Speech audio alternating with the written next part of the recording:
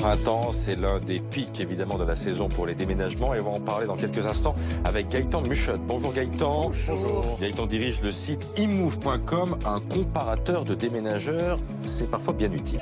Gaëtan, on a vu Anaïs l'a payé à peu près 2000 € pour son déménagement, pris en charge de A à Z, changement d'adresse compris. C'est un bon prix ça ou c'est cher? On voit que c'est un déménagement avec beaucoup d'options. La formule la plus complète, on peut considérer ça comme un prix correct, cohérent. Je connais pas le volume, mais au vu des options qu'elle avait, en tout cas, c'était un prix qui semblait cohérent. Si on n'a pas les moyens de mettre une telle somme dans son déménagement, sur quel point il ne faut absolument pas lésiner? Vous pouvez par exemple prendre des options à votre charge, le démontage, remontage des meubles ou l'emballage complet de vos cartons. Si vous vous chargez de cette prestation-là, c'est des économies sur la facture que vous allez réaliser. Grosse économie?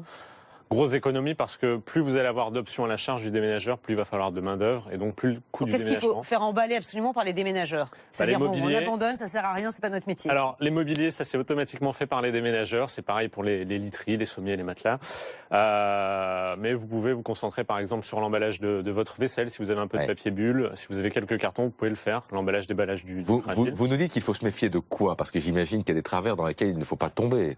Faut vérifier les sociétés de déménagement, bien se renseigner sur le prestataire avant de confirmer le déménagement à une société de déménagement. Donc vous vous renseignez, vous pouvez regarder les avis des déménageurs sur Internet. Réseau ou artisan? Les deux sont bons. il y a des bons déménageurs parmi les artisans et c'est souvent le cas, mais il y a des bons déménageurs aussi parmi les réseaux. L'inverse fonctionne dans les deux sens.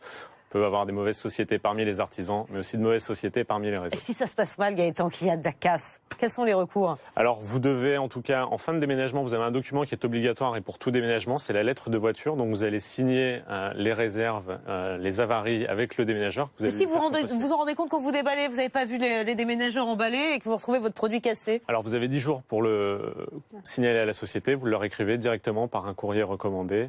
Mais l'idéal reste quand même de faire le tour avec les déménageurs. Une fois le déménagement terminé, c'est là où vous allez signaler toutes les... On l'espère pas, mais les avaries. Ça peut arriver, c'est tout. Ça peut arriver, mais en tout cas, c'est 10 jours en tout cas par courrier recommandé après votre déménagement. Merci beaucoup Gaëtan d'être venu nous voir ce matin sur BFM TV. Donc, imove.com, voilà, pour comparateur de déménagement.